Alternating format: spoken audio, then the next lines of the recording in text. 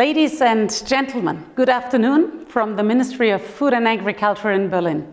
You are addressing an issue which for me, as Minister of Food and Agriculture, is one of the key issues of our time.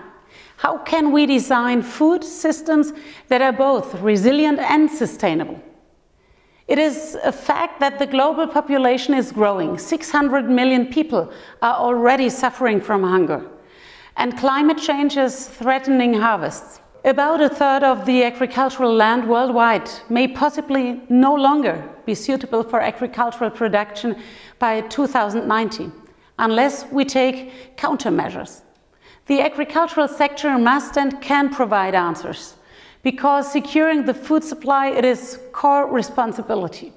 And climate stewardship and a high-yield agricultural sector have ceased to be opposites a long time ago.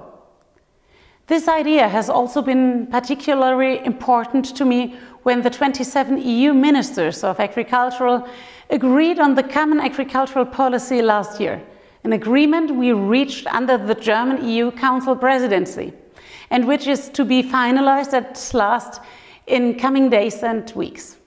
There will be higher mandatory standards for food security, sustainability, climate stewardship and environmental protection in all member states. These are significant steps towards a sustainable and income-securing agricultural sector. We principally welcome that by endorsing the Green Deal, the European Commission has committed to the target of achieving climate neutrality by 2050. We also support the goal of reducing the use of plant protection products, fertilizers and antibiotics. These goals, however, must be able to be implemented by farmers because they affect the core elements of sustainable food systems.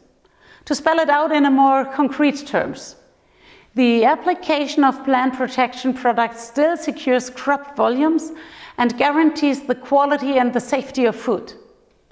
I'm not sure whether everybody is aware of this, but plant diseases are destroying 30% of global harvests.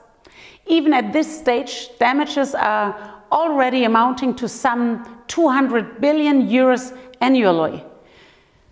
12 billion euros in the EU alone, and this figure is rising. This is why most of all we need reliable impact assessments for the individual projects under the Commission's Farm to Fork strategy. Because all parties involved need to know how the objectives formulated can be implemented and which costs will be involved.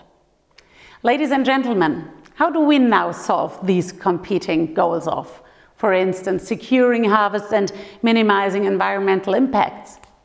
I believe that the way forward must be through innovation.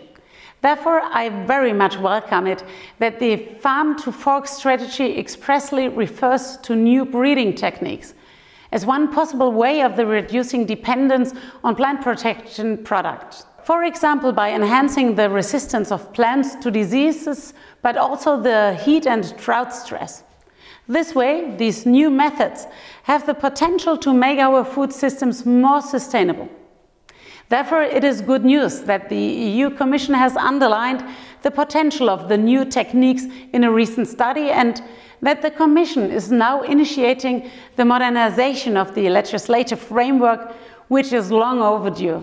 This clears the way for adequate use of new breeding methods that are geared to be precautionary principle. Ladies and gentlemen, it is important to design the agricultural sector in such a way that it can fully exploit its potential for enhanced climate stewardship. To achieve this, we do not need one-size-fits-all solutions, but we need to be able to implement new measures at national level in a way that is adapted to sites and situations on the ground. The 27 ministers of agriculture therefore consider it absolutely essential for the implementation of the Farm to Fork strategy that the Commission submits scientifically based ex-ante impact assessments when implementing new requirements, be it with respect to fertilization, plant protection or livestock husbandry. If this is guaranteed, the proposed strategies can make an important contribution to building and maintaining sustainable food systems, which we need in the future. And I say thank you very much, take care, and all the best for you.